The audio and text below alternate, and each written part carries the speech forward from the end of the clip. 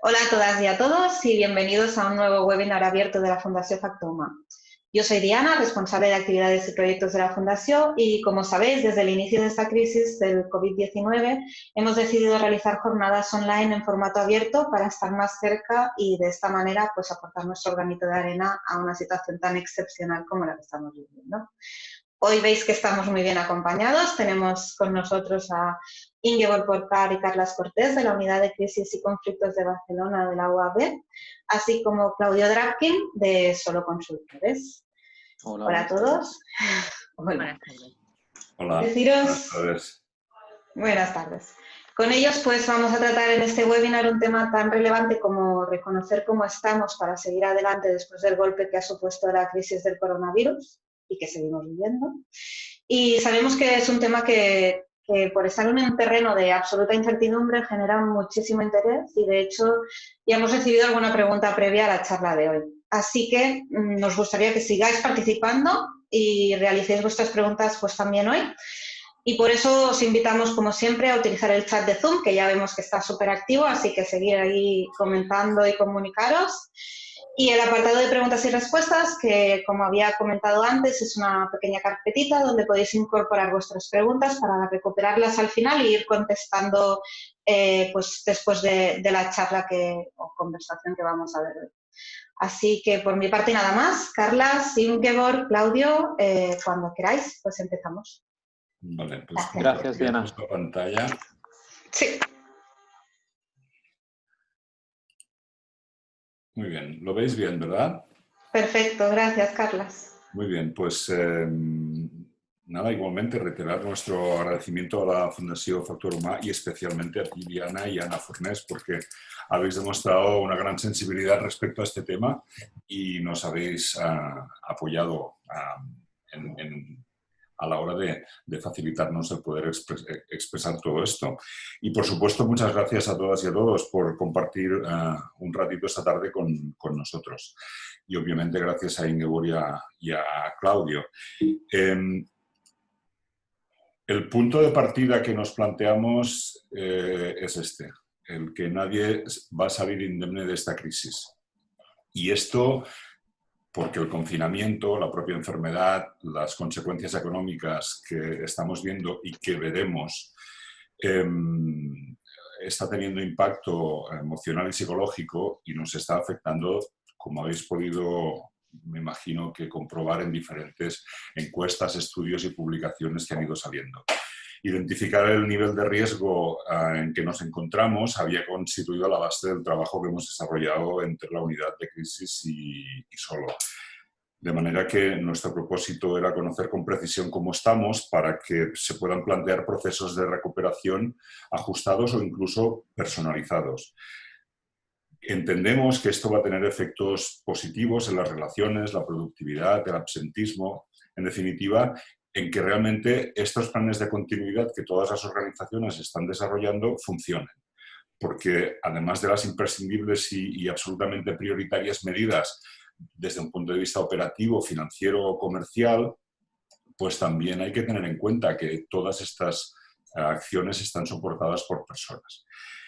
Primero, Ingeborg focalizará en los aspectos más relacionados al apartado personas. Ingeborg ha estado exponiendo su opinión y aportándonos consejos durante las últimas semanas en su artículo diario La Vanguardia y lo complementaremos con el valioso testimonio de Claudio, que como socio director de Solo, pues nos propone su modelo de valor total y entendíamos que la complementariedad pues podía añadir valor a este webinar. Después de las conclusiones, dejaremos paso a que pues, cualquiera de vosotros y vosotras que decida compartir preguntas o incluso alguna situación que considere que bueno, pues podría ser susceptible de comentar, pues podemos incluso ver la aplicación práctica del modelo. Y sin más, hay alguna contextualización que me gustaría compartir con vosotros. Desde un punto de vista de afectación, y esto todavía no incluye las cifras del mes de mayo, a las personas que tenemos en diferentes estados de regulación de empleo, los profesionales y las profesionales del ámbito sanitario que han estado intensamente involucradas, las personas que desafortunadamente han perdido el empleo y mucho más terrible las que han perdido familiares, y además los supervivientes, porque también hay que tenerlos en consideración. Más o menos las estadísticas dicen que 1 de cada 3 personas que sufre impactos de este calibre podría presentar o estar sujeta a tener algún tipo de trastorno.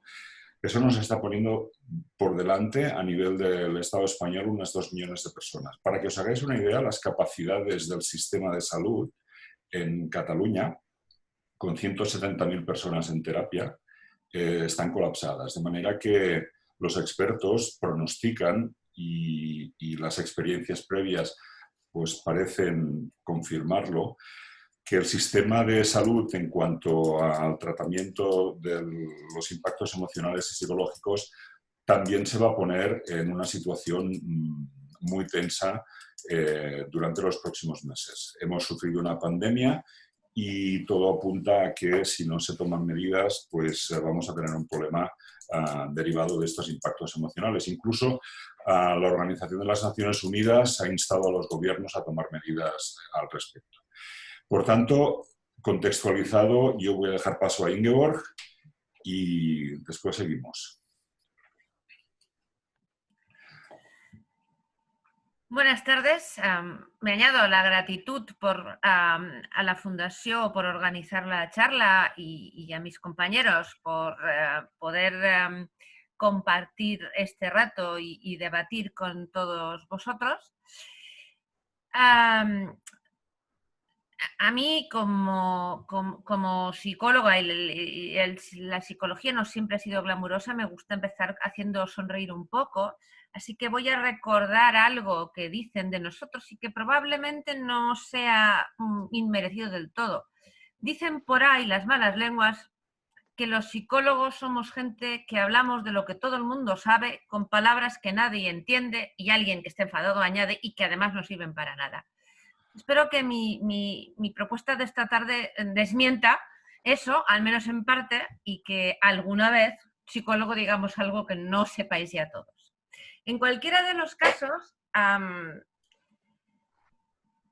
para situar el tema de la recuperación de las personas, hay que empezar a hablar de qué se tienen que recuperar, qué es lo que ha pasado para que tengamos que hablar.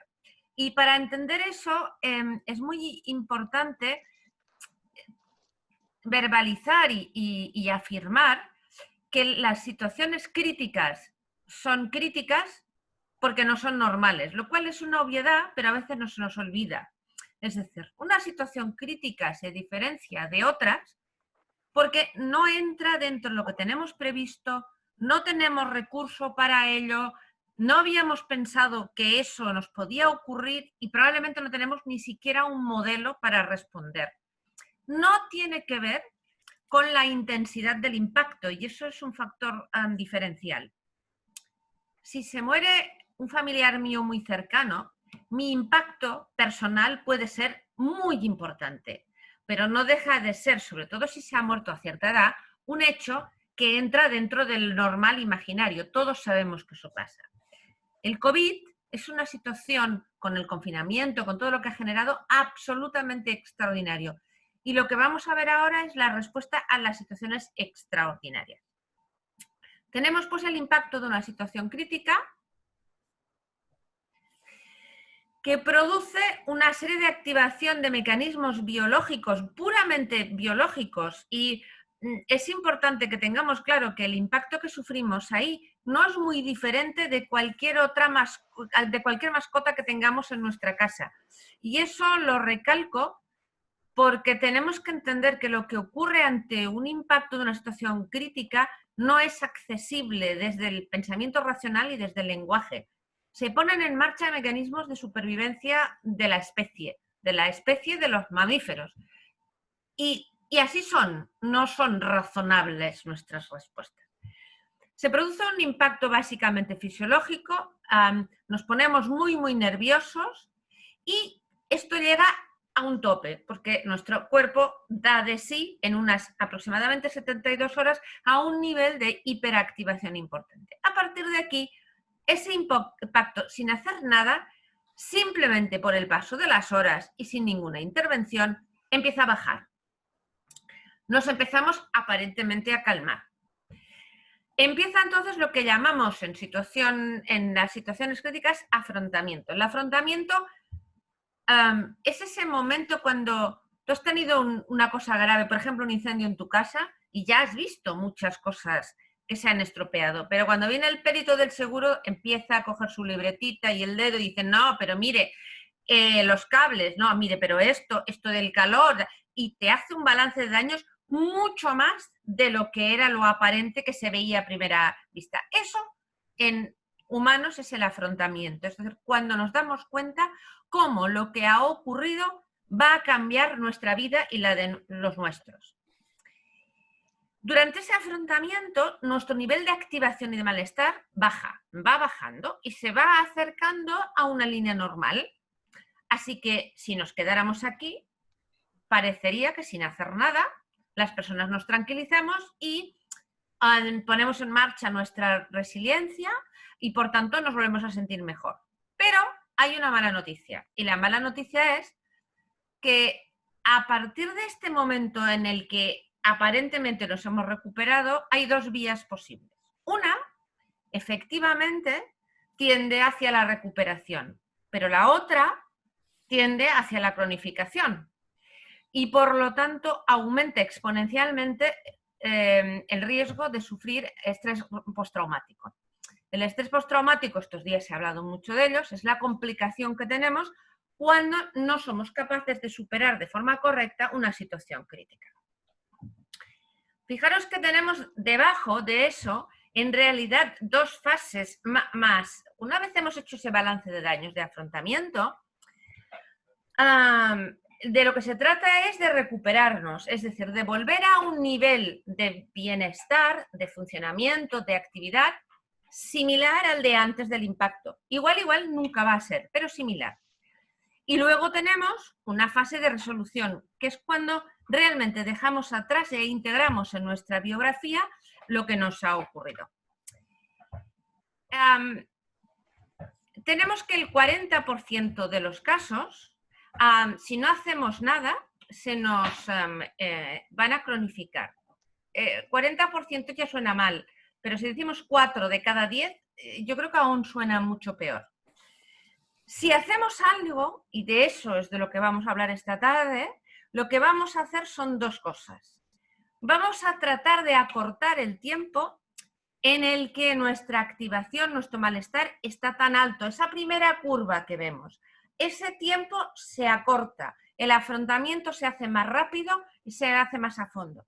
Pero sobre todo lo que conseguimos con la intervención especializada es asegurarnos que el camino va a ser para todos hacia la recuperación y hacia la resolución. Bueno, vamos a ser honestos y sinceros, que es de lo que se trata.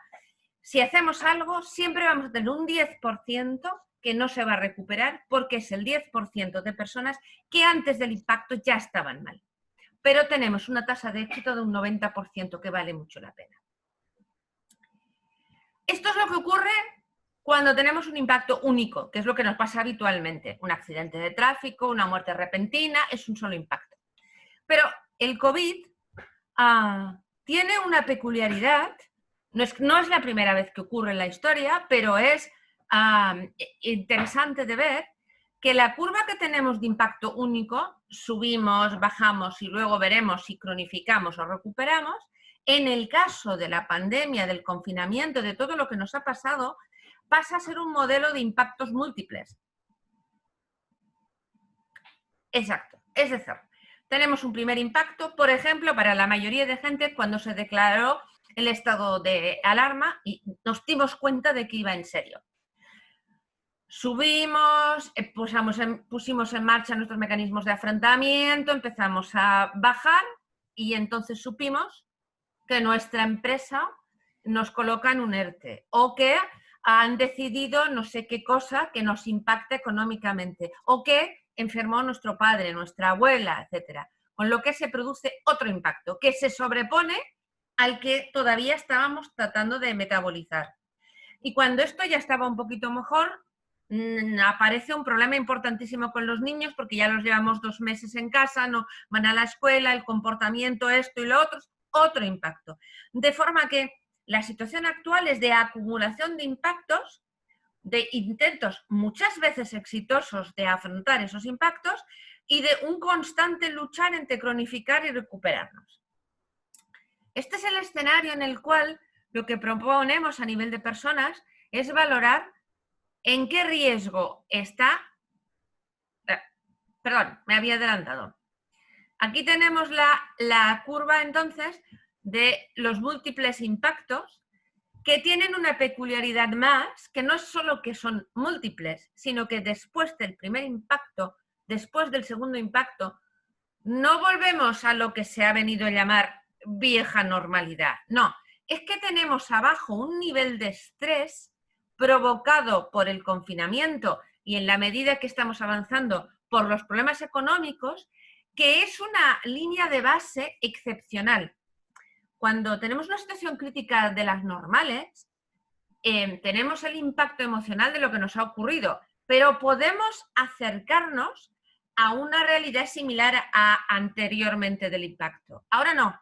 Ahora lo que tenemos es una situación en la que de base y de por sí, por levantarnos por las mañanas, hay ya un muy importante nivel de estrés debido a los efectos acumulativos del confinamiento y de la crisis económica.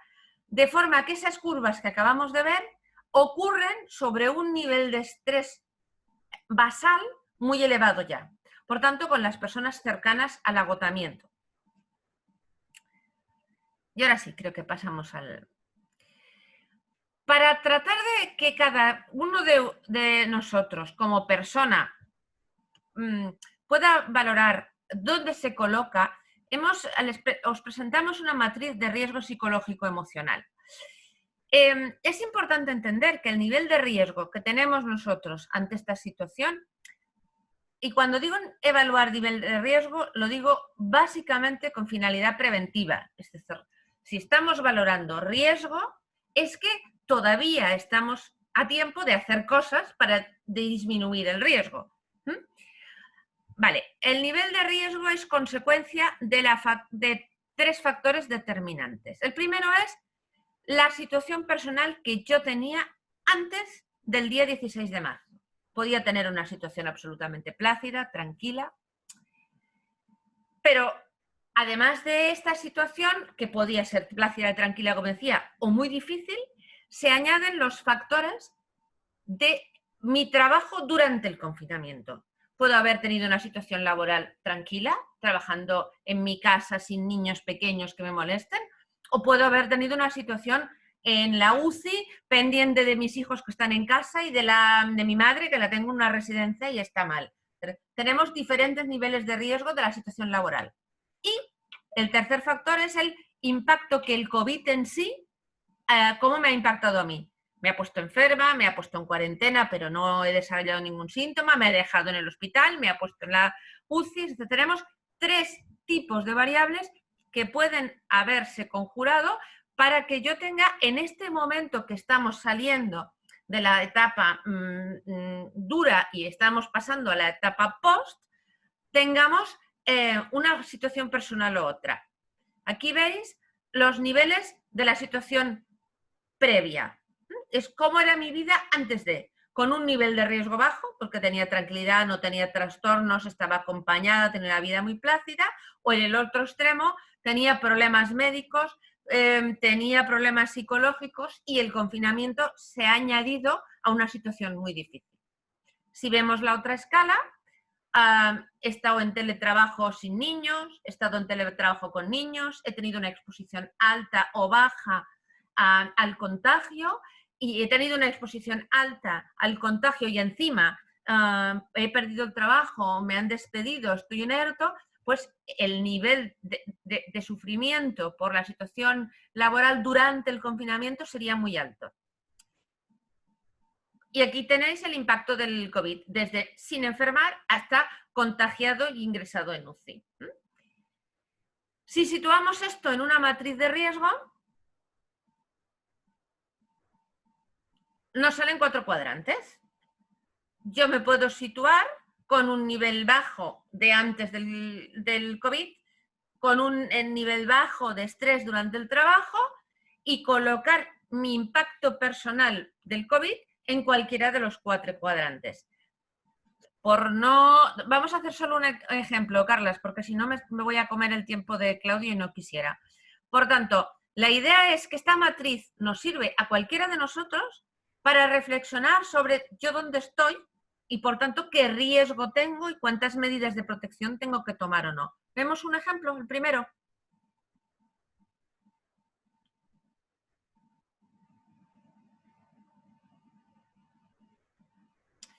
Aquí tenemos una persona que no tenía trastornos previos, que ha trabajado de reponedor en un supermercado, pero no ha tenido contacto con el público y que ha perdido un familiar cercano que se ha muerto por coronavirus. Y ponemos este ejemplo porque si no reflexionamos sobre los otros niveles, nos podría parecer que haber perdido un familiar por coronavirus es un riesgo muy alto, y lo es. Fijaros que la bolita es bastante grande, pero como su nivel de estrés previo y su nivel de exposición laboral lo mantenía dentro de un nivel bajo de riesgo, por muy triste que haya sido la pérdida, no tenemos una persona de riesgo muy alto.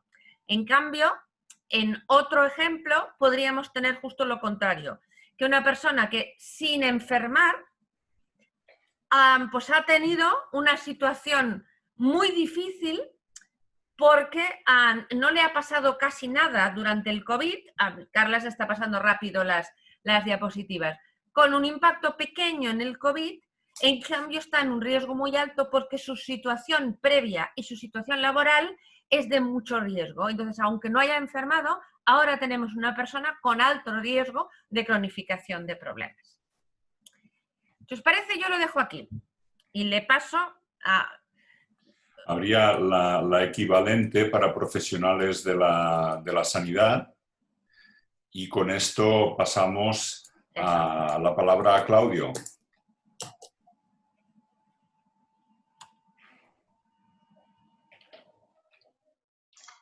Claudio, el micro. El micro. Ahora sí, gracias. Ahora sí. Gracias, Carlas, y gracias, Ingeborg. De hecho, decía que llevamos semanas y algunos meses trabajando juntos y no habíamos compartido nunca esa definición que has hecho de los psicólogos. Me he sentido muy identificado porque te puedo asegurar que de los consultores dicen cosas bastante parecidas.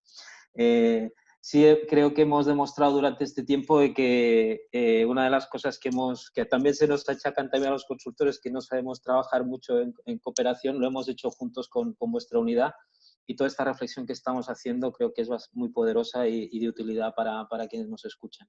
Entonces, una vez, para avanzar en la explicación, una vez tenemos identificado el posible nivel de riesgo de una persona, tendríamos que eso unirlo, cuando estamos hablando en organizaciones, con cómo poder valorar el nivel de riesgo organizacional ante la crisis que estamos viviendo, ¿no? Entonces, para hacerlo hemos propuesto una mirada similar en el procedimiento que usamos en la persona, combinando 3 factores. El primer factor, previo a la crisis, es decir, poder detectar qué tipología de organización teníamos antes del confinamiento. Hay organizaciones que ahora veremos presentarían un nivel de más riesgo que otra en términos de tensión interna, de personalidad organizacional, por decirlo de alguna manera. El segundo factor sería cómo ha reaccionado la organización en la toma de decisiones y cuál ha sido el impacto económico que ha tenido en la empresa en función del sector en el que ha estado trabajando, porque ha venido sectores de más impacto que otros, y sobre eso se une las decisiones internas que han tomado los equipos de dirección en las empresas. Y finalmente, el último impacto sería cómo en ese cruce de factores además está el impacto de la situación del COVID, es decir, de las matrices que acabamos de ver ahora, cómo eso se superpone en la organización, porque en la organización, tomando la primera frase que compartía Carlos, del principio de trabajo que estamos viendo, de que nadie saldrá indemne de esta crisis por los diferentes grados de impacto que pueda haber, todas las personas que trabajan o que trabajamos en organizaciones, al entrar por la puerta en esa organización, sobre eso se nos añade el riesgo propio de la organización, ¿no? Entonces, ¿cómo poder mirar el riesgo, la tipología de organización previa al confinamiento? Para poder tener una mirada sobre el riesgo, utilizamos el modelo de valor total, que es un modelo que ya tiene años de trabajo. Su origen es en el año 2005, vio la luz por primera vez un poco más tarde y llevamos muchos años trabajando con esta idea, que fundamentalmente pone la mirada en cómo una organización es capaz de gestionar tres grandes elementos, ¿no? Por un lado, cómo puede resolver, digamos, su modelo de negocio en términos de productividad, en términos de eficiencia, en términos de rentabilidad y, por tanto, generar un valor económico, por un lado, que es la mirada más tradicional. Sobre eso y en el mismo nivel de importancia, cómo la organización es capaz de construir relaciones potentes, tanto internas como externas, es decir, cómo es constructora de confianza hacia su contexto de clientes, proveedores y cómo es constructora o no de confianza a nivel interno con sus colaboradores, y eso de alguna manera conceptualiza el conjunto de valor económico relacional que es capaz de crear una organización. Y eso, además, multiplicado por su capacidad de respuesta ante lo que viene de fuera del entorno. De hecho, fijaros que en los momentos que estamos viviendo, organizaciones sin capacidad de adaptación, por muy rentables que sean, por muy creadoras de confianza que sean, si no ponen en marcha mecanismos adaptativos y flexibles para poder dar respuesta a lo que el entorno nos está pidiendo, pueden, siguiendo este concepto que aquí mostramos, pues desaparecer, porque estarían multiplicando pues por cero sus posibilidades de poder sobrevivir. Entonces, con esta idea podemos conceptualizar 4 tipos de empresa que nos marcan 4 diferentes tipos de riesgo de organización previa al confinamiento. Si cruzamos las dos variables de valor económico y valor relacional, pues tendríamos, por un lado, si empezamos mirando abajo a la derecha, organizaciones donde se crea valor relacional, donde hay confianza interna y externa, pero que su valor económico no es sostenible, tendríamos un tipo de organización que nosotros llamamos organización ineficiente. Tendríamos otro tipo de organización que no construye valor relacional, es con estilos de liderazgo fundamentalmente autoritarios, donde hay trabajo muy en silos, la colaboración y cooperación interna es muy baja y además no tiene resuelto su sostenibilidad económica, su modelo económico no es adecuado, su propuesta de valor aún no es rentable. Estaríamos en una organización, como veis, con un nombre muy descriptivo, pues moribunda, porque de alguna manera no ha podido conseguir los mínimos para poder seguir trabajando. Arriba a la izquierda tendríamos un tipo de organización depredadora. Depredadora en el sentido de que para conseguir un valor económico, que lo está consiguiendo, lo consigue a costa de las relaciones que construye. Es decir, hay un precio que se paga por conseguir un valor económico y por eso le llamamos depredadora, porque hay como una succión, hay un traspaso de la generación de valor económico a costa del valor relacional. Y finalmente la que llamamos organización total, que sería una organización capaz de construir valor relacional y valor económico a la vez, ¿no? No me quiero extender más en esto, simplemente es mostraros que el modelo de valor total permite de alguna manera hacernos una foto, porque evidentemente en cada uno de estos cuadrantes habrían diferentes grados de capacidad de adaptación, pero nos permite hacer una foto clara de al menos de 4 tipos de organizaciones que podríamos hacer una lectura. Está claro que una organización moribunda está menos preparada para progresar que una organización total. O una organización depredadora, en su manera de desarrollarse, va generando un dolor en la medida que va gestionándose, o una organización ineficiente, si no soluciona su modelo de negocio, puede pasar al cuadrante de organización moribunda. Es decir, tenemos una tipología de posibilidades de riesgo asociado en términos de progreso y sostenibilidad de una empresa. Si tomamos este primer riesgo y lo ponemos para empezar a construir el riesgo organizacional, tendríamos, por un lado, la tipología de organización previa al confinamiento, total, ineficiente, depredadora y moribunda, Y aquí agregaríamos el segundo factor, que sería, que tal como hemos dicho, el impacto económico del coronavirus en el sector en el que está operando la empresa, sumado al efecto de las decisiones de la empresa durante el confinamiento. Podemos tener impacto bajo en el sector en el que se opera, por ejemplo, el sector de alimentación, en algunos sectores de alimentación, o un gran impacto alto. Estaríamos hablando, por ejemplo, del sector hostelería, el sector líneas aéreas, por ejemplo, con alto impacto en su sector. Si se prevé durante este periodo recuperación rápida o baja, es decir, habrán sectores cuya recuperación será más rápida o más lenta en función de cómo sea el proceso de desconfinamiento y cómo se reactive el consumo. Y finalmente podríamos tomar de manera sintética el conjunto de decisiones que ha tomado la organización. Decisiones arriba estaríamos menos transparentes, poco ágiles, sin generar confianza en las organizaciones.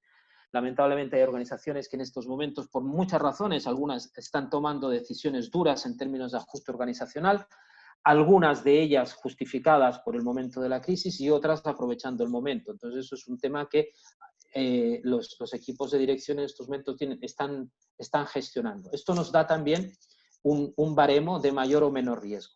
Cruzando estos dos elementos tendríamos, por tanto, una matriz también similar a la anterior, pero con una mirada de organización, no una mirada de persona, respecto al nivel de riesgo que tendríamos delante. Nivel bajo, organizaciones totales e ineficientes, con bajo impacto, y niveles más altos, una empresa moribunda de un sector de alto impacto del coronavirus, pues tendría un riesgo mucho más alto. ¿Qué sucede? Que en esta gráfica podemos situar a la situación, el tercer factor que decíamos, que es la situación de las personas a nivel individual, o el diagnóstico de cómo ha afectado a las personas a nivel individual que están trabajando en este tipo de organizaciones, ¿no? Por tanto, imaginaros, estamos superponiendo las gráficas de la persona que explicaba Ingeborg hace un momento, una empresa que está en una persona que en principio tiene un riesgo bajo, pero el efecto del coronavirus ha sido alto. Si además está en el cuadrante de muy alto riesgo, pues estará con un impacto mucho más grande que otra persona que pueda estar en otro cuadrante. No sé si tenemos otro ejemplo, Carlos. Exacto, ahí tendríamos un impacto alto a nivel personal con un impacto bajo-alto a nivel organizacional, con lo cual sería una foto totalmente distinta, ¿no?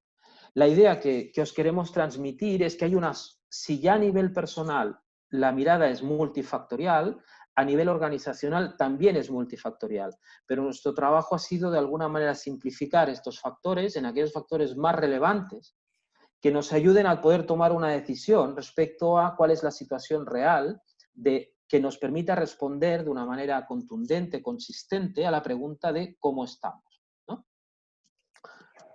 Muy bien, muchas gracias, Claudio, muchas gracias.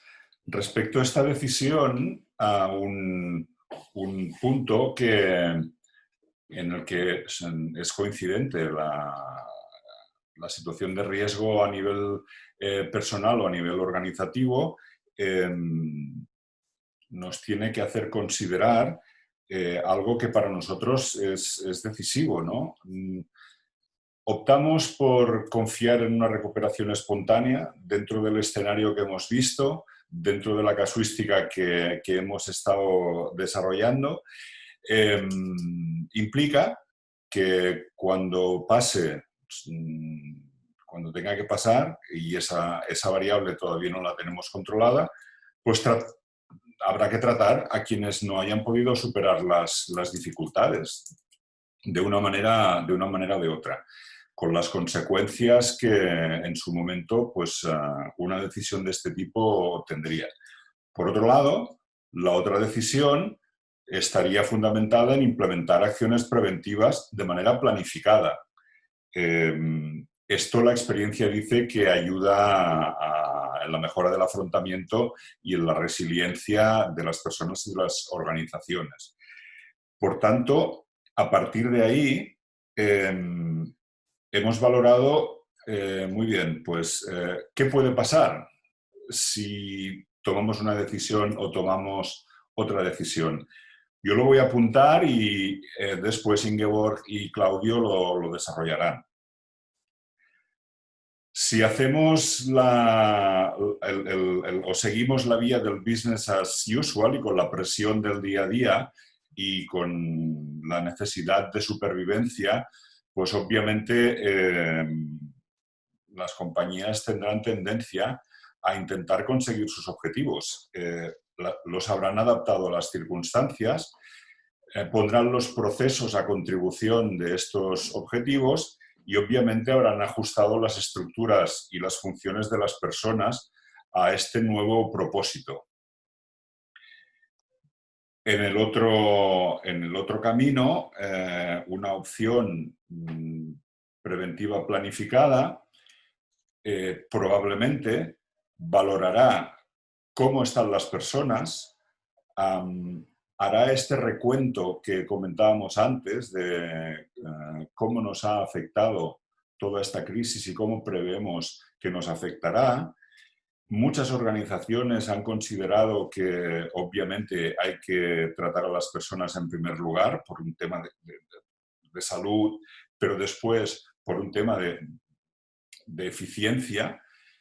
Los procesos obviamente también van a tener que adaptarse y eso nos llevará a perseguir unos nuevos objetivos en una nueva realidad.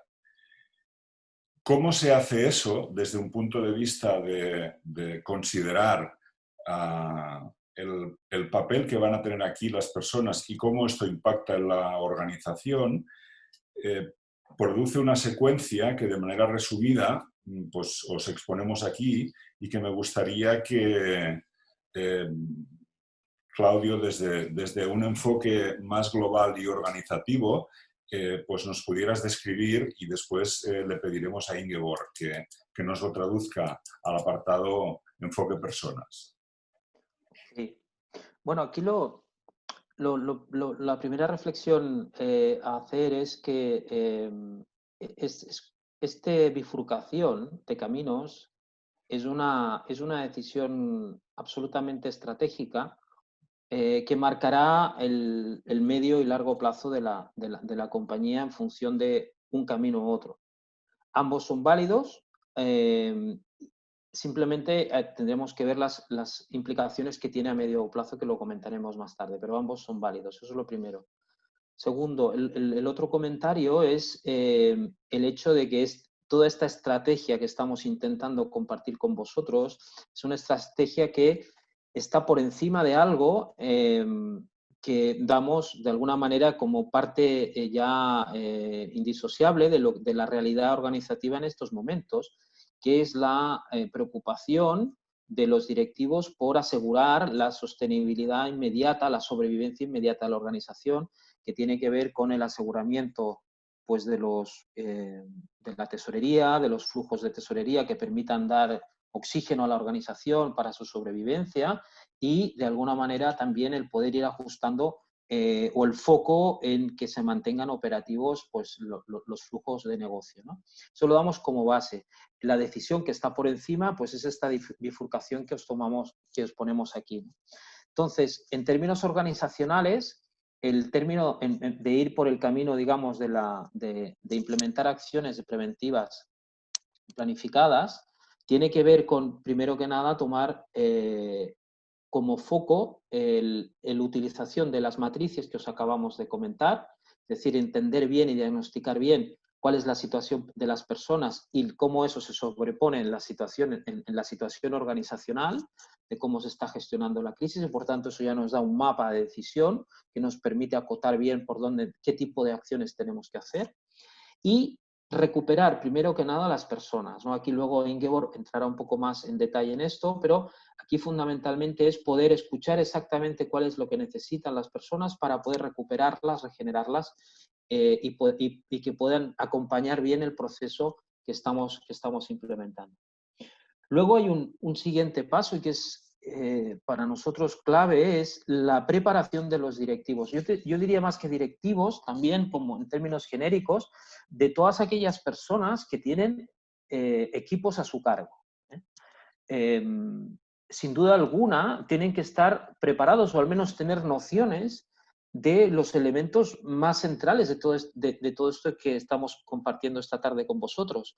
Porque el efecto en la, digamos, en la realidad emocional de las personas es claro, dependerá evidentemente de cada una de las personas, pero necesita cierta preparación de los directivos para poder acompañar a sus equipos, para hacer una lectura respecto a qué está sucediendo en cada uno de los equipos, para que tengan mayor sensibilidad en términos de escucha, para poder conocer qué se está moviendo en la operativa, en la cotidianidad de los equipos una vez ya han transitado por la crisis y, por tanto, empoderarlos, darles herramientas para poder manejar la situación.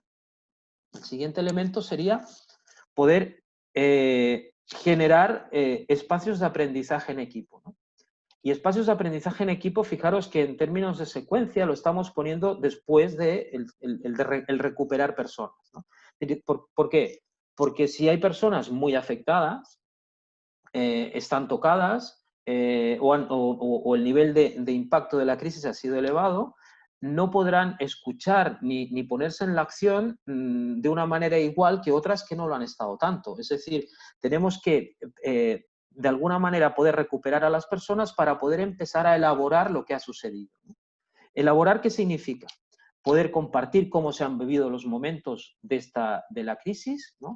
Poder entender y verbalizar y relatar y construir un relato que nos permita elaborar internamente lo que ha sucedido, poder reconocer qué hemos hecho y qué ha sido útil, poder reconocer qué cosas podríamos haberlos hecho distinto, es decir, generar un reconocimiento explícito de lo que hemos aprendido durante la crisis, a la vez que generar conocimiento explícito de todo aquello que han supuesto recursos que hemos puesto en juego, cuáles han sido las fortalezas que hemos puesto en juego, a la vez que generar conciencia de todo aquello que quizás ha llegado el momento de desaprender, es decir, protocolos, procesos, maneras de toma de decisión, maneras de relacionarnos, maneras operativas de accionar, que durante este proceso de crisis se han puesto en cuestión, las hemos podido resolver de manera mucho más operativa y que ha llegado el momento de desaprender.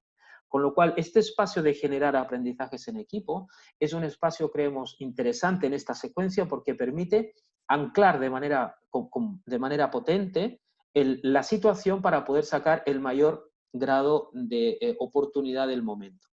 Y desde ahí poder conectar a los equipos y a las personas con la posibilidad, conectar a las personas con el futuro, conectar a las personas con el sentido, con el propósito de la organización o simplemente con la reelaboración de objetivos que generen mayor sentido para ellos, ¿no?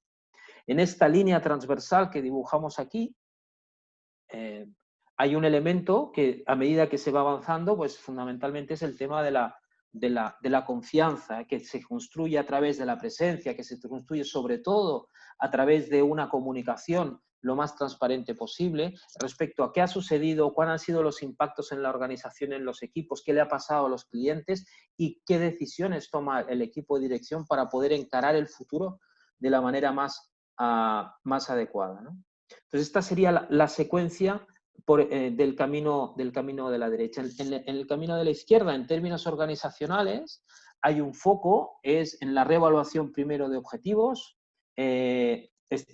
Recuerdo, esto que estamos hablando está por encima después de haber tomado todas las decisiones de sobrevivencia operativa. Esto estamos hablando en el siguiente nivel, ¿no? Pero ha de haber una reevaluación de los objetivos que vamos a conseguir, si seguimos por este camino, agilizar los procesos de la manera más adecuada en función de lo que estamos viviendo y luego apoyar, motivar, conectar y siguiendo dando recursos a las personas, ¿no? Es decir, son dos caminos distintos cuyo impacto lo veremos y lo comentaremos luego, que será más a medio plazo, ¿no? Estas tres dimensiones, fijaros que simplemente es donde ponemos el foco primero, ¿no? Si hacemos cierto que en estos momentos tan únicos en la historia reciente de la humanidad, realmente dónde estamos poniendo el foco primero en términos de organización y en términos de comunidad de personas, si entendemos así la organización o las empresas, ¿no? Si ponemos delante personas, si ponemos delante objetivos, ¿no? En este punto, y acabo, no hay un términos de juicio de una a la otra. Nosotros tenemos un posicionamiento respecto a otro, pero las dos son válidas. El tema es qué pasará en el futuro respecto a tomar un camino u otro. Gracias, Claudio. Ingeborg, ¿nos complementas la valoración que sobre el impacto de las personas tendrá tomar una decisión o tomar otra? Por favor. Claro, yo creo que Claudio ha trazado muy bien un camino de tareas y está muy bien dibujado aquí. ¿Qué hacer? Las dos opciones al final son una serie de cosas que hay que hacer, que hay que decidir, hay que tomar decisiones, hay que gestionar equipos y tal. Eso lo hacen las personas. Y las personas en este momento tenemos dos o tres dificultades que tenemos que tener claras. Podemos tener unas personas que probablemente son las que podemos gestionar mejor, aunque nos sepa muy mal, que son las personas que están tan mal que no pueden ir a trabajar. Entonces están de baja. Entonces sabemos que con estas personas no podemos contar. Quizá no sabemos qué es lo que tenemos que hacer para que dejen de estar de baja, pero no las tenemos en el trabajo. En función de la responsabilidad de personas, estas bajas nos generan un problema en la estructura de la organización, nos hacen falta sus puntos de vista, sus tareas, pero no están. Luego tenemos un grupo de personas que están pero que no están, porque tienen mitad de la cabeza aquí, mitad de la cabeza allá, no están bien del todo, no están como antes, tratan de estar mejor, tratan de ya estar bien, no se atreven a decir que no están bien, porque, a ver, una de las peores cosas que uno puede hacer en una situación como esta es preguntarle a alguien, ¿necesitas ayuda? Porque todos vamos a decir, no, yo no necesito ayuda, no nos gusta, porque preguntado así, necesitar ayuda, necesitar un psicólogo es debilidad y no queremos ser débiles. Y están ahí y allí. Estas personas, que no es solo un problema de presentismo, es también un problema de que ya entramos en pérdidas de fiabilidad de las decisiones, porque cuando estamos mal, cuando tenemos la cabeza en otro sitio, cuando estamos estresados, cometemos errores. Y estos errores, según qué estamos haciendo, son pequeños o son medianos o son grandes. Pero luego está el otro grupo de personas, que son las personas que su forma de afrontar el estar mal consiste en negarlo y por lo tanto están súper bien, porque lo que están diciendo es, a mí no me ha afectado nada, yo estoy estupendamente y ahora vamos a vender y hacer y tal y cual. En otro ámbito esto lo llamamos el síndrome de Rambo, que es un concepto que le gusta mucho a Claudio, porque expresa muy bien lo que ocurre. Una persona, sobre todo si es una persona, un directivo que toma decisiones, que no es capaz de darse cuenta de que no está en sus óptimas condiciones, le va a pasar lo que a una fuerza aérea de un país latinoamericano con lo que trabajamos, que se compró unos helicópteros buenísimos, era lo mejor de tecnología. Y consultaron con nosotros y unos socios de evaluación de riesgo aéreo, porque esos helicópteros que eran lo mejor, se les caían cada 2 por 3 en accidentes que eran inexplicables. No eran inexplicables, es que los pilotos que venían de una guerra civil habían eliminado cualquier percepción de riesgo, asumían riesgos que no podían asumir y tiraban esos carísimos helicópteros. Entonces, cuando estamos pensando en el proceso de lo que tenemos que hacer en la organización, en todo eso que también ha explicado Claudio, lo que viene a hablar de la recuperación de las personas es cómo están esas personas que están realizando estas tareas, porque no son robots, son personas. ¿Y qué implicaciones tiene que estén bien, mal o regular o de baja?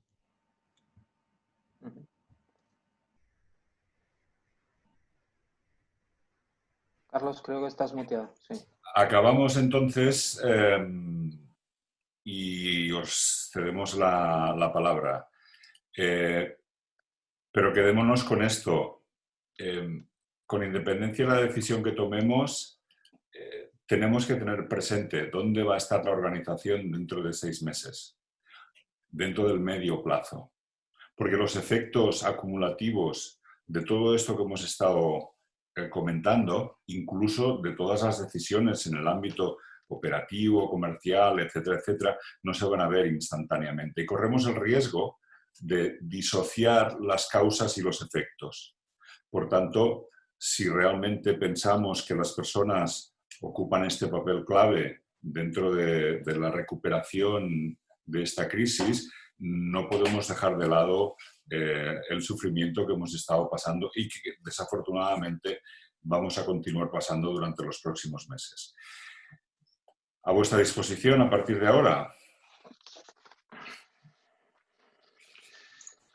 Gracias, muchas gracias. Sí, aquí estoy. Sí, vale. A ver, he ido recogiendo, aunque Ingeborg ha aprovechado... No sé si podemos dejar de compartir pantalla y así nos ven directamente. Perfecto. Yo he recogido una pregunta que ha aparecido en el chat, que Ingeborg ya medio ha respondido, pero que quiero aprovechar para comentarla, para que si alguien no ha ido siguiendo el chat, pues comentarlo un poco entre todos. Pedían si teníais algún tipo de autocuestionario que permita aplicar la matriz a nivel individual. Es decir, algo que pueda hacer un autodiagnóstico viendo cada uno de los ejes que habéis planteado en las distintas matrices. No sé si Ingeborg quiere comentar lo que ha comentado o Claudio también quiere aportar. Ingeborg.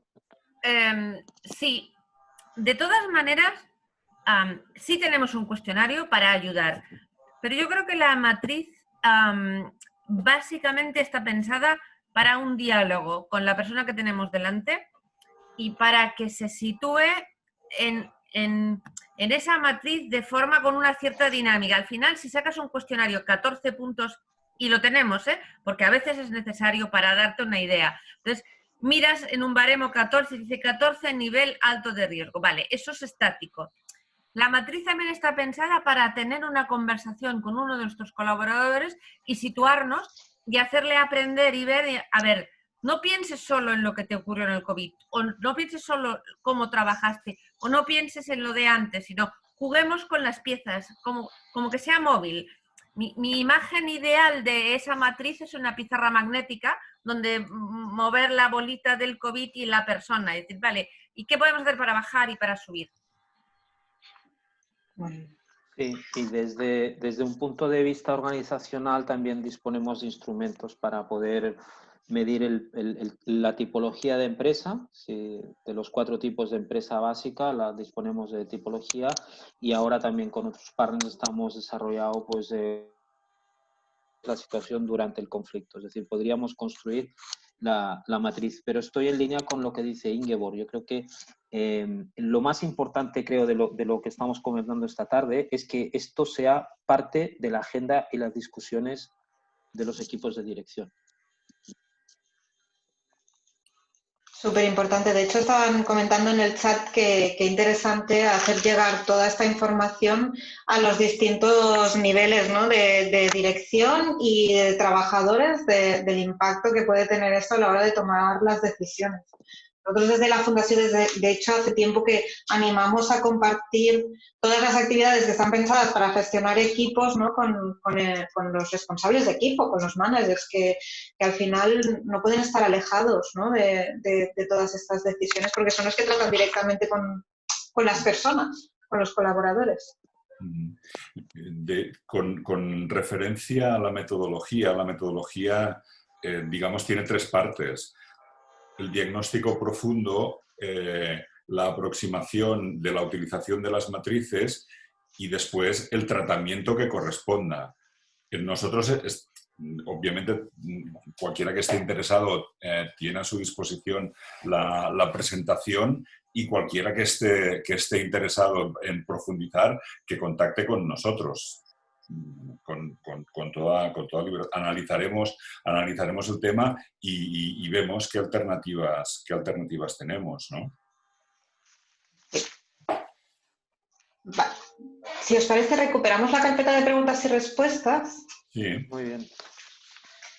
Os leo la primera. ¿Qué pasa con las administraciones públicas, que como organización no tienen impacto económico porque no hay pérdida salarial, pero sí un aumento del estrés y de trabajo y de presión para dar respuesta a la ciudadanía. Gracias.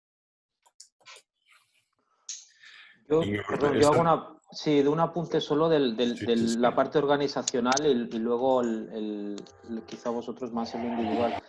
Nosotros hicimos en el año 2017 un estudio donde medimos la presencia de valor total en diferentes tipos de organizaciones, privadas, públicas y del tercer sector, y pudimos hacer esa gráfica y cuando estábamos analizando el ámbito público,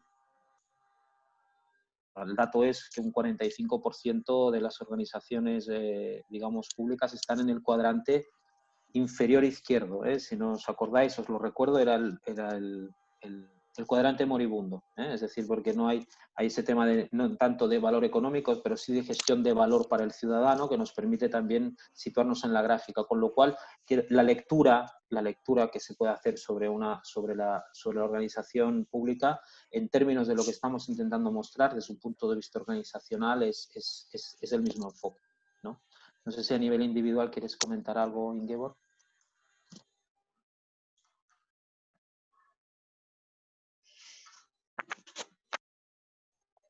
¿El micro? Tienes parado el micro. Ahora. Yo creo que lo que hace estresar a las personas, al final, la dificultad es la misma en cualquier sitio. Esta mañana estaba en uno de los grandes hospitales de la lucha del COVID, hablando de la dificultad que tienen los sanitarios para decir que tienen problemas y buscando la forma de hacer este seguimiento preventivo en gente que ha estado, más en primera línea que una UCI no se puede haber estado, pero nos cuesta. Y yo al final acabo concluyendo lo mismo, que como las heridas psicológicas no sangran, no se ven. Si sangraran y fuéramos goteando por los pasillos, igual nos llevaría más a poder decir que estamos mal. Pero no por los demás, por uno mismo. Yo creo que el estigma de los problemas emocionales está yendo a la baja, pero a nosotros también nos cuesta. Entonces, yo creo que lo que hay que recuperar es esa idea de prevención, porque además lo es. Las personas ahora todavía no tienen estrés postraumático. En todo caso, tienen riesgo de dentro de 6 meses tener estrés postraumático. Ahora pueden tener malestar. Y la otra cosa es que sea administración pública, sea lo que te estrese, lo que necesitas es mecanismos para combatir de forma eficiente este estrés. Y esa es una asignatura que no nos enseñan en la escuela.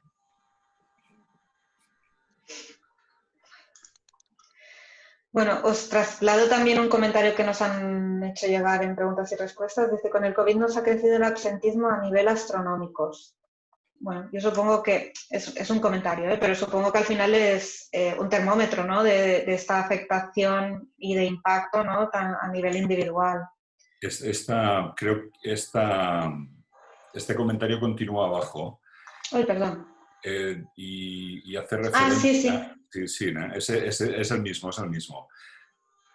Y comenta que hace poco que hemos retomado la actividad, está creciendo mucho toda la acumulación que se ha podido hacer, sin embargo nos encontramos con que continúan estando las personas de baja por IT. La situación es muy difícil porque no podemos hacer contrataciones ya que hemos perdido mucho negocio en estos 2 meses.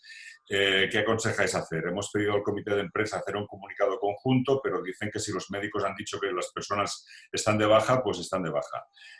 Esta es una situación de libro, porque el principal problema, como decía ahora Ingeborg, es que no se ve.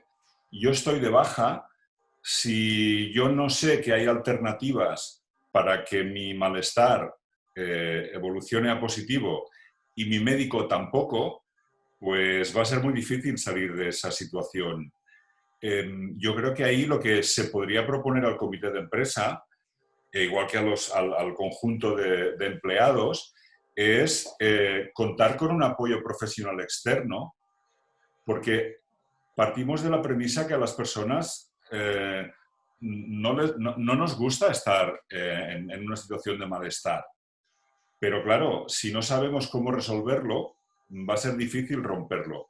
Si ponemos a disposición del conjunto de empleados y empleadas un apoyo adicional al que el médico del CAP o la médico del CAP te aporta, es posible que rompamos esa situación, porque hay que tener en cuenta que la medicina generalista no siempre es capaz de saberlo todo, ¿no?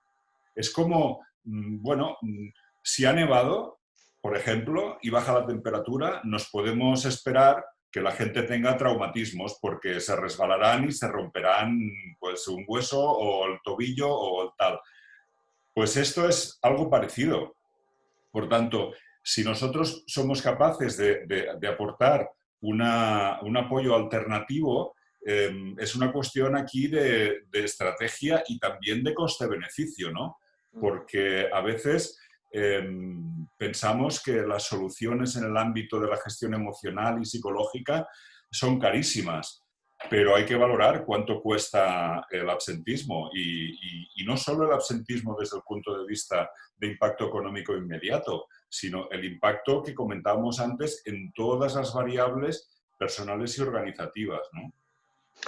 Yo también añadiría, Carlos, que es una visión un poquito más abuelo de pájaro, que este tipo de situaciones como las que hay detrás de la pregunta ponen sobre la mesa el hecho de poder ver cuál es la historia que ha habido en todas las empresas en términos relacionales, ¿no? Es decir, ese nivel de riesgo previo que nosotros en términos organizacionales hacemos la tipología de 4 tipos de empresa, pues no es lo mismo llegar a esta situación de pandemia con relaciones laborales sanas que con relaciones laborales tensionadas.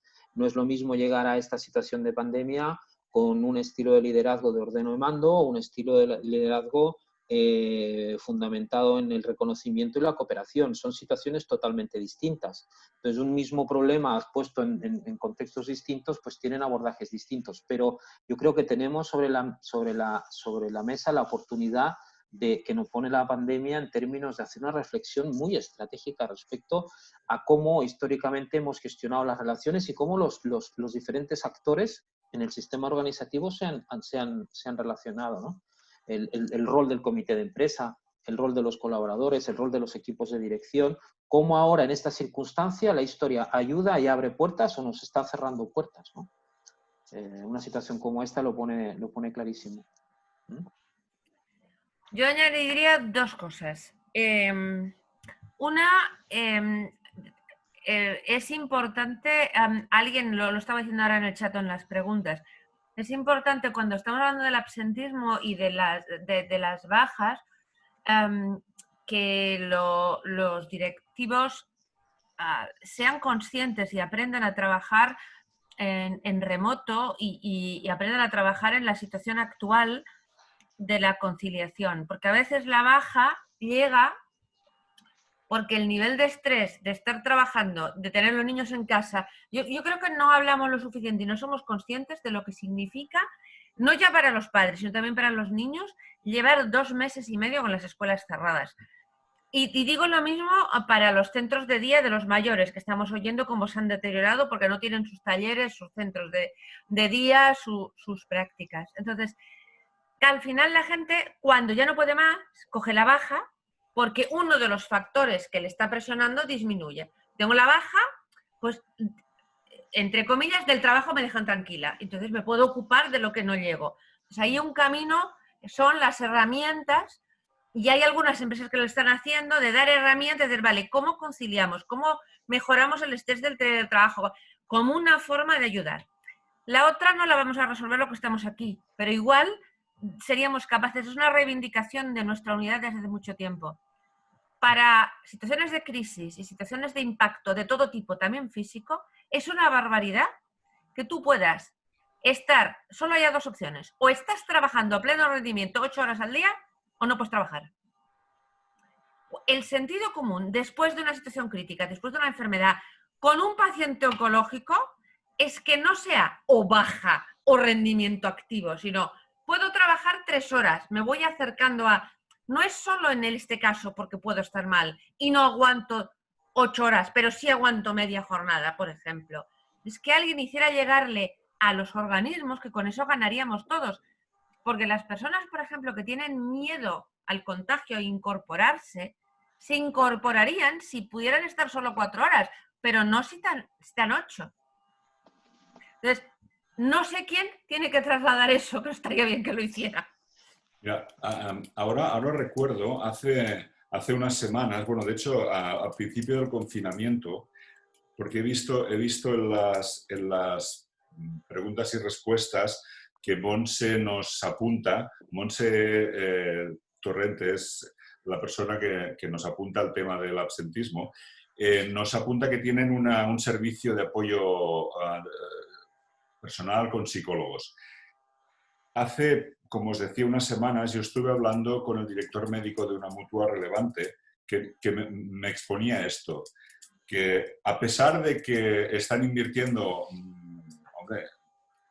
cantidades relevantes de dinero en apoyo psicológico, etcétera, etcétera, no acaban de verle el resultado, ¿no? Y probablemente ahí en medio hay un elemento que es el que comentaba ahora Ingeborg y que también apuntaba Claudio, y es cómo comunicamos eso, ¿no? Porque a veces no es suficiente decir que oye, la solución ya la tienes, por lo tanto ahora te traspaso a ti la responsabilidad. Bueno, pues igual no acabo de entender lo que puede hacer el psicólogo por mí, igual resulta que la especialidad del psicólogo es que tener un psicólogo es como tener un médico. Si a mí me duele el menisco y me envías al neurocirujano, pues igual son médicos, pero igual no acaban de... O sea, hay que pulir el tema desde un punto de vista de una aproximación probablemente con un poco más de precisión, ¿no? También hemos tenido alguna experiencia interesante con algunos comités de empresa que inicialmente pues eran reacios a nuestra intervención porque, claro, esto acorta el absentismo de las personas, ¿no? Pero las personas no están en absentismo para descansar, o están para recuperarse. Y si eso no les ayuda, les estamos haciendo un flaco favor. Por tanto, probablemente hace falta profundizar en este asunto y sacarlo del ámbito puramente administrativo, ¿no? Porque si no, vamos a acabar como pasaba antes, ¿no? Como con los policías y los contrabandistas, ¿no? Y ese es un juego muy peligroso. Sí, la necesidad de normalizar, ¿eh? De normalizar en el lenguaje también la necesidad del cuidado emocional.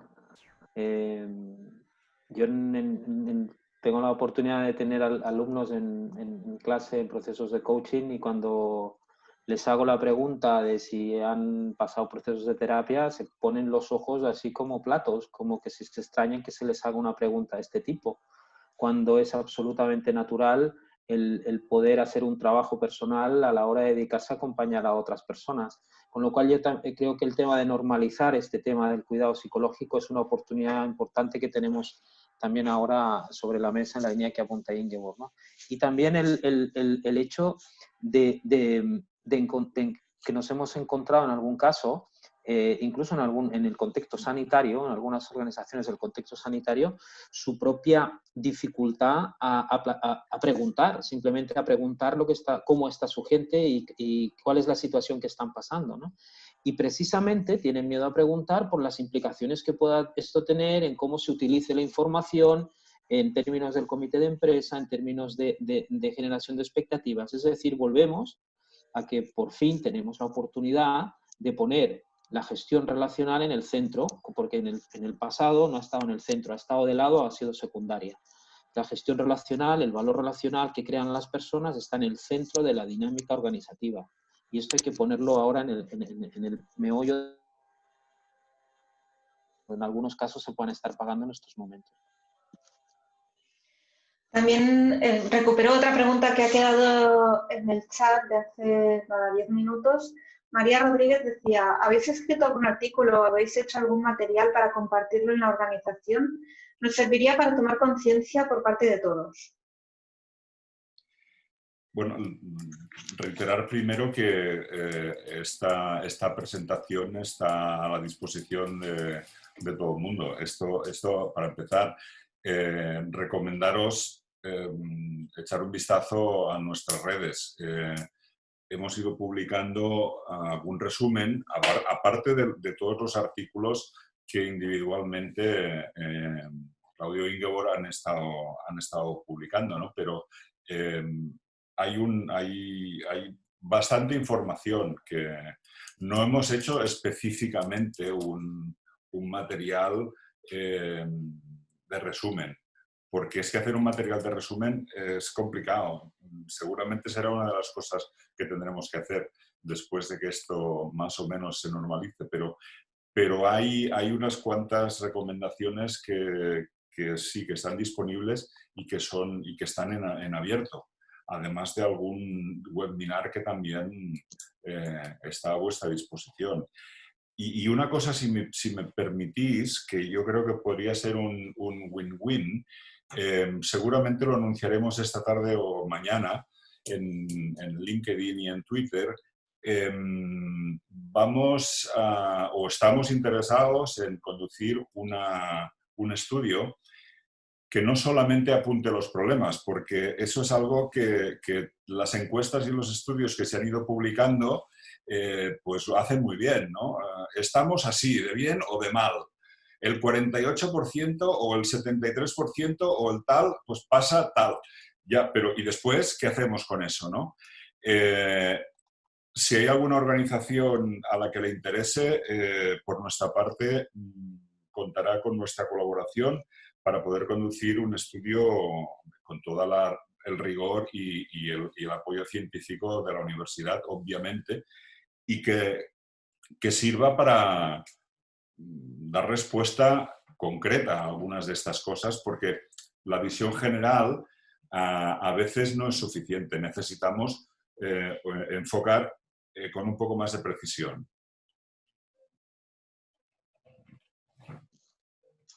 Gracias. Yo recupero también otra pregunta anterior, también del chat, que hacía Ana Nubé, bastante centrada también en herramientas, instrumentos o recursos, decía, para ayudar a las personas que están en mitad en el trabajo, mitad fuera, y para las que niegan la situación, tal y como las ha definido Ingeborg, para ayudarlas a avanzar. Herramientas concretas de los que están dentro y fuera.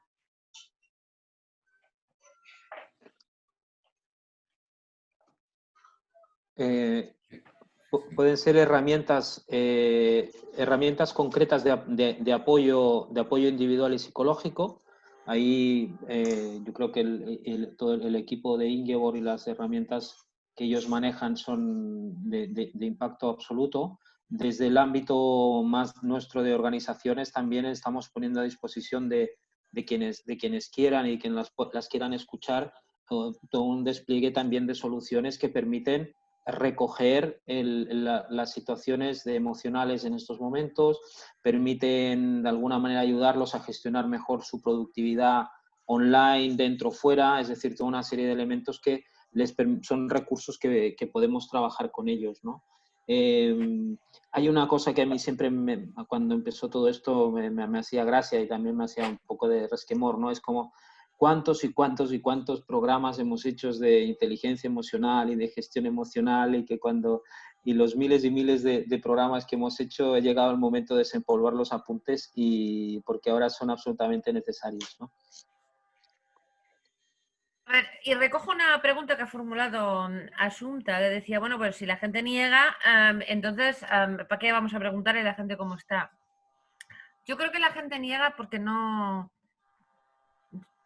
sabe y le da vergüenza. Por tanto, lo que se hace en situaciones críticas y se tiene que hacer en esta situación es algo que se llama psicoeducación, que es relativamente sencillo de hacer, pero hay que invertir tiempo, y que supone explicarle a las personas y a los equipos y a las organizaciones por qué esta es una situación diferente. Pero yo creo que uno de los paradigmas importantísimos es entender que esto es distinto de haber perdido un cliente, es una situación crítica.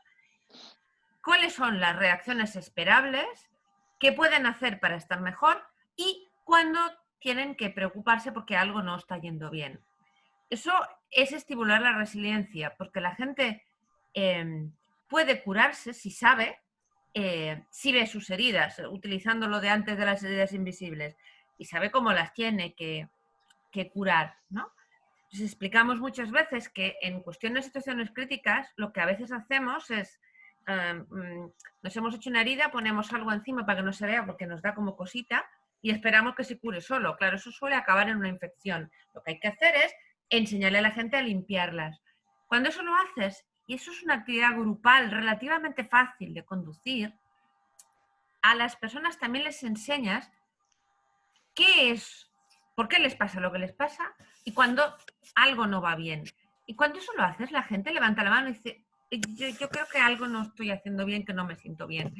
Porque lo sacamos del magma ese de no sé qué, no sé cómo decirlo, no sé si es exagerado, no sé si...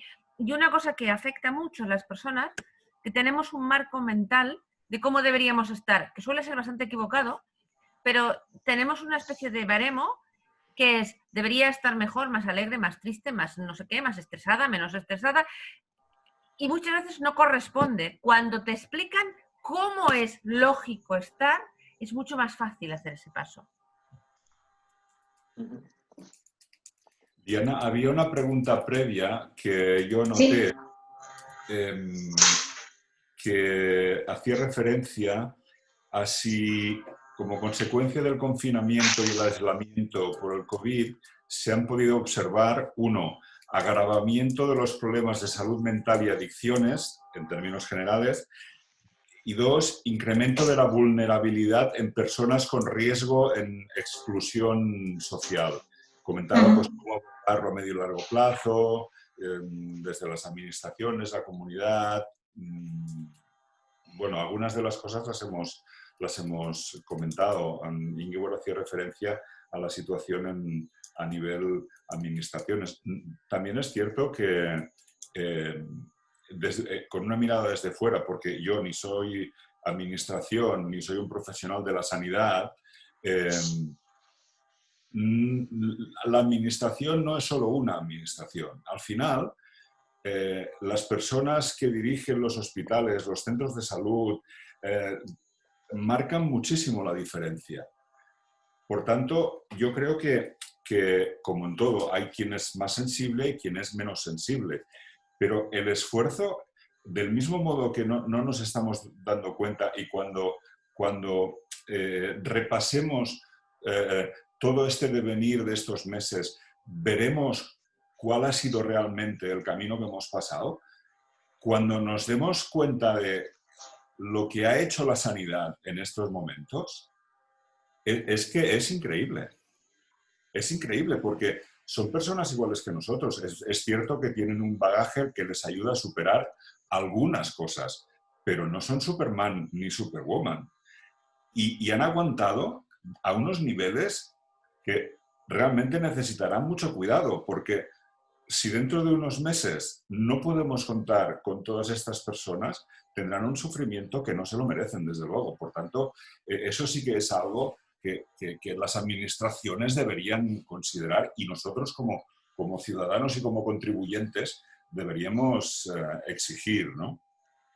Respecto al tema del agravamiento de problemas de salud mental, adicciones o vulnerabilidad, yo solamente apunto un par de cosas, no desde la especialización, pero sí de algunos resultados de encuestas, ¿no? Como global, había una que me ha llamado la atención y preguntaba varias cosas. ¿Qué te produce la crisis del COVID? El conjunto de sentimientos, emociones, situaciones no muy positivas era el 66%.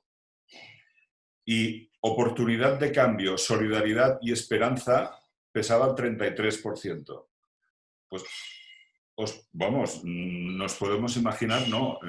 Es evidente cómo está pasando el conjunto de las diferentes personas esta situación. Y mientras más vulnerabilidad hay, evidentemente que es más arriesgado.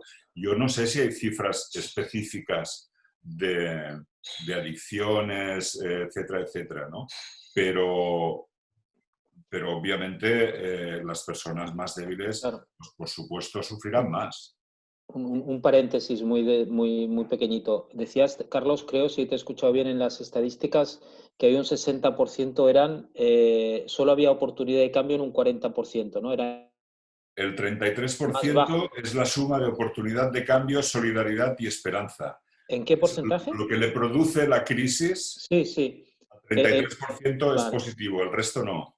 Pues mira, en estos días estamos haciendo programas de acompañamiento y gestión emocional en algunas empresas y hacemos la misma pregunta. Hacemos lo que llamamos un termómetro emocional y lo hacemos con los participantes. En todos los programas que hemos estado haciendo, el porcentaje es distinto. Y yo creo que eso es al revés.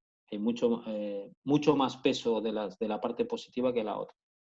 Y yo estoy muy en la línea que ahí está el peso del tema cultural y de lo que decía antes Ingeborg, de la vergüenza mostrarme, de qué dirán si muestro mi debilidad, etcétera, etcétera, ¿no? Entonces, fijaros la importancia que tiene en estos momentos, en términos de salud emocional, el poder estar inmerso en un contexto cultural en el cual yo me puedo mostrar vulnerable o no me puedo mostrar vulnerable. Si no se facilita un contexto de confianza para poder mostrar mi vulnerabilidad, estaré tapándola y estaré seguramente haciendo sangrar mucho más la herida y no la podré curar, ¿no? El efecto de la cultura.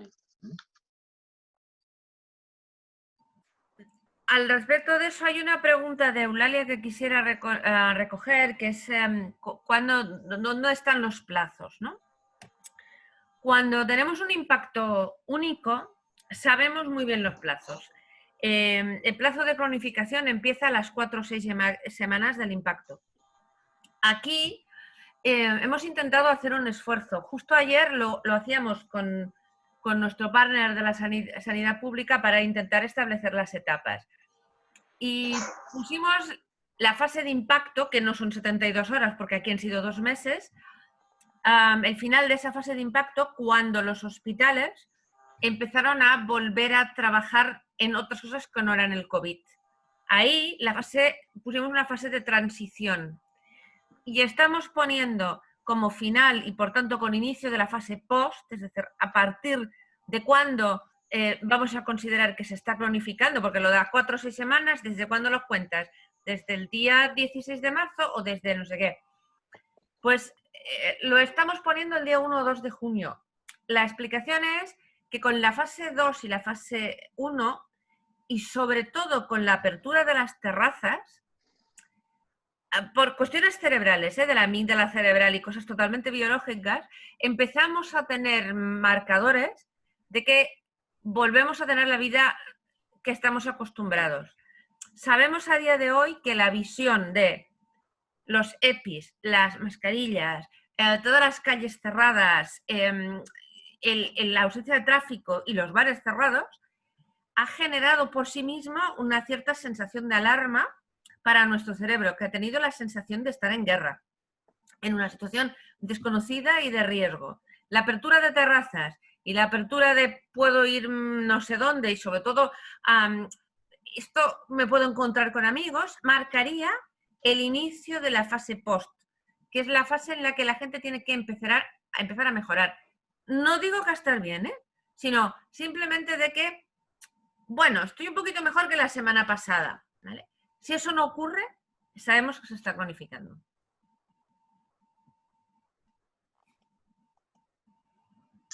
Muchas gracias.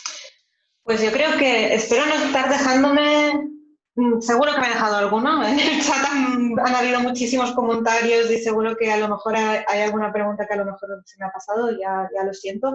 Si no, ellos, bueno, tanto Carlas, Claudio como Ingeborg, que están muy abiertos a recibir feedback y consultas, con lo cual os animo que o nos escribáis directamente a la Fundación si os es más fácil o compartáis si queréis con cada uno de ellos vuestras consultas o preguntas. El contacto está en la última presentación, están los contactos de Solo y los nuestros. Muchas gracias. Los tendréis disponibles en breves, entonces. Muy bien. Y no sé si queréis decir alguna cosa más. Mira, para acabar, agradeceros a la Fundación por la oportunidad de poder mostrar el trabajo que hemos estado haciendo, también a Ingeborg y a Carlas, porque han sido unas semanas y meses de cooperar que han sido para mí muy, muy, muy interesantes. He aprendido mucho. Yo creo que hay una integración muy interesante de conocimientos. Y quiero acabar simplemente recogiendo la importancia de un documento como es el manifiesto, vuestro manifiesto, el de la Fundación Factor Humà en estos momentos, ¿no? Si tú coges los 10 puntos del manifiesto, todos ellos son absolutamente claves en estos momentos. Casi son una hoja de ruta al manifiesto de la Fundación. Y solo quiero recordar 2 puntos para acabar. En el punto 6 del manifiesto dice seguridad, salud y bienestar físico y emocional, ¿no? Un entorno de trabajo seguro y saludable física y emocionalmente es bueno para las personas, para las organizaciones y para la sociedad. Es momento ahora de demostrarlo. Y el primer punto que dice vuestro manifiesto es las personas como valor. Gracias al talento y al compromiso de las personas, nuestras organizaciones son capaces de lograr sus retos.